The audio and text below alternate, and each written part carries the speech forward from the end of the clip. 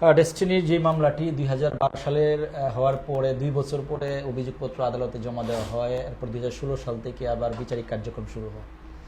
Sir, এই যে একটা বিলম্বিত বিচার ব্যবস্থার ফলে বিনিয়োগকারীদের মধ্যে একটা আস্থা এবং বিশ্বাস কিন্তু অনেক কমে গিয়েছিল, বিরাট একটা সংকটও দেখা দিয়েছিল বলা যায়। কিন্তু জনাব রফিকুল আমিন আসলে তো আইনি প্রক্রিয়াটা চালিয়ে গিয়েছেন, কখনো বন্ধ করেননি। চাইলে বন্ধ করে রাখতে পারতেন, কিন্তু রাখেন নাই। কিন্তু এই বিনিয়োগকারীরা ওনার কথার উপর ভিত্তি করে এই মামলার কার্যক্রম চালিয়ে যাচ্ছেন। পরবর্তী সময় সুপ্রিম কোর্ট থেকে যখন একটা নির্দেশনা আসে যে 1 বছরে মামলাটি নিষ্পত্তি করা, এই বিষয়টা আসার পর এবং যখন নাকি সর্বশেষ যিনি মাননীয় বিচারক যিনি আছেন রবিউল আলম, উনি যেভাবে এই মামলাটি দ্রুত নিষ্পত্তির জন্য যে পদক্ষেপ গ্রহণ করেছেন, বিনিয়োগকারীদের মধ্যে একটা ব্যাপক একটা স্বস্তি নিঃশ্বাস ফেলেছে যে ওনার মাধ্যমে একটা বিরাট একটা আবার আমরা আশার আলো দেখতে পাচ্ছি। এখন সর্বশেষ এই 15 তারিখের পরে আবার 1.5 মাসের জন্য যেটা ব্যাখ্যা আপনি দিয়েছেন, এই যেহেতু 1.5 মাস আপনি এটা ব্যাখ্যাও দিয়েছেন যে আদালত 1 মাস বন্ধ থাকার কারণে 15 তারিখে গিয়ে আবার রায়ের তারিখটা দেওয়া হয়েছে। আর এটা একটা বড় একটা মামলা, অনেক বড় একটা চাঞ্চল্যকর একটা মামলা, অনেকগুলো বিষয় এটার সাথে জড়িত। এখন আগামী তারিখে মামলাটার রায় যদি দেওয়া হয়, সেক্ষেত্রে আসলে আবার কি ব্যবসা করার সুযোগ বা বিনিয়োগ ফেরত পাওয়ার মধ্যে কি আসলে বিনিয়োগকারীরা কি সঠিক একটা ন্যায় বিচার পাবে? এটা আপনার আইনের বিষয় থেকে আপনি যদি একটু বলেন। প্রথম বিষয়টি হচ্ছে, এই মামলার রায়ের মাধ্যমে শুধু জনাব মোহাম্মদ রফিকুল আমিন সহ অন্যান্য যারা অভিযুক্ত ব্যক্তি রয়েছেন তাদের খালাস বা দণ্ডাদেশের মধ্যে সীমাবদ্ধ থাকবে না, বরং এই জাজমেন্টের মধ্যে আমি বিশ্বাস করি যে ইনভেস্টরদের যে টাকা, ক্রেতা পরিবেশকের যে ইনভেস্টমেন্ট, এই টাকাটির কিভাবে বিলিবন্টন হবে, ডেস্টিনির স্থাবর অস্থাবর সম্পদ বা সম্পত্তি যেহেতু ক্রোকাবদ্ধ রয়েছে, অ্যাটাচমেন্টের আন্ডার রয়েছে এবং বাকিগুলো ফ্রিজিং এর আন্ডারে রয়েছে, সুতরাং সেটি নিষ্পত্তি করারও বিজ্ঞ বিচারিক আদালতের একটা দায়িত্বর আওতায় চলে আসে। কাজেই এই রায়ের মাধ্যমে একদিকে যেমন অভিযুক্ত ব্যক্তিদের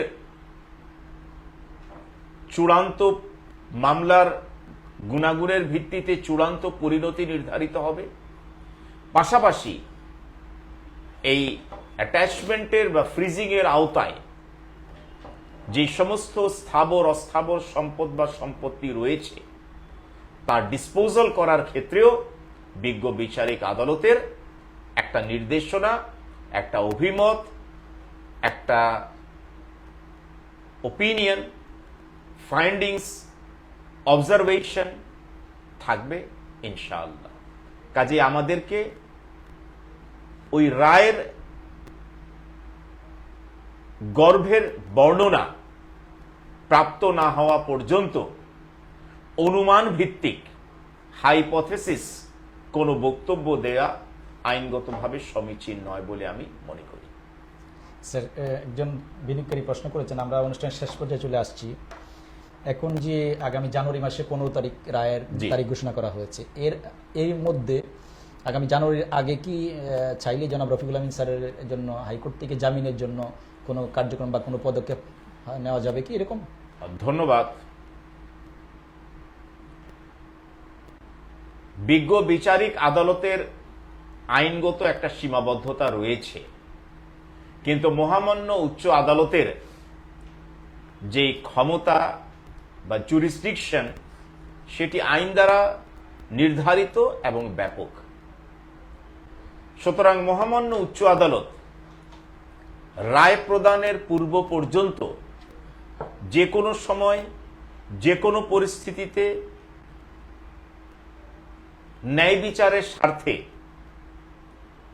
যে কোনো আদেশ দিতে পারেন এবং সেই ক্ষেত্রে জামিন দরখাস্ত দেয়া বা মঞ্জুর করার ক্ষেত্রে আইনগতভাবে কোনো বাধা নেই বলে আমি মনে করি। যে এখন চাইলে হাইকোর্ট থেকে জামিনের জন্য আবেদন করার সকল আইনগত কোনো বাধা নেই, চাইলে করতে পারবে। আব্দুল মালিক জি প্রশ্ন সেটি হচ্ছে মহামান্য উচ্চ আদালতের ঐচ্ছিক ক্ষমতা বা ডিসক্রিশনারি পাওয়ার, তিনি বা মহামান্য উচ্চ আদালত এই জাজমেন্টের প্রকাশের পূর্বে এই অবস্থাধীনে তিনি অভিযুক্ত ব্যক্তিকে জামিন দিবেন কিনা, সেটি মহামান্য উচ্চ আদালতের নিজস্ব ঐকান্তিক ঐচ্ছিক ক্ষমতা। আব্দুল মালিক জি প্রশ্ন করেছিলেন, নিম্ন আদালতের রায়ের পরে আবার কি হাইকোর্টের কোনো কাজ আছে বলে মনে হয়? যে কোনো রায়ে, ফৌজদারি বা দেওয়ানি মামলার যে কোনো রায়ে কোনো না কোনো পক্ষ সংক্ষুব্ধ বা অ্যাগ্রিভড হন। যদি অভিযুক্ত ব্যক্তি খালাস হন, তাহলে প্রসিকিউশন বা অভিযোগকারী পক্ষ অ্যাগ্রিভড হন। পক্ষান্তরে আসামির যদি দণ্ডাদেশ হয়, সেই ক্ষেত্রে আসামি পক্ষ অ্যাগ্রিভড বা সংক্ষুব্ধ হন। তো সুতরাং যেই ক্ষেত্রে কোনো ব্যক্তি সংক্ষুব্ধ হন বা অ্যাগ্রিভড হন, সেই ক্ষেত্রে আইনের বিধান অনুসারে মহামান্য উচ্চ আদালতে অ্যাপিল বা রিভিশন করার আইনগত বিধান। এমডি সুহান একটি প্রশ্ন করেছেন, আমার সকল ডকুমেন্ট এখন কি আমার কাগজপত্র ফিরে পেতে পারি? কি জাতীয় ডকুমেন্টস? ডকুমেন্টসের নেচার কোম্পানিতে বিনিয়োগ করেছিল, বিনিয়োগের সকল ডকুমেন্টস হারিয়ে গিয়েছে, এখন তার করণীয় কি বা সে বিষয়ে? কোনো ব্যক্তির হেফাজতে থাকা ভ্যালুয়েবল বা মূল্যবান কোনো ডকুমেন্টস যদি তার দখল থেকে হারিয়ে যায় বা অপসারিত হয়ে যায়, সেই ক্ষেত্রে তার প্রাথমিক দায়িত্ব হচ্ছে এই হারিয়ে যাওয়ার বিষয়টি নিকটস্থ থানায় ডায়েরিভুক্ত করা।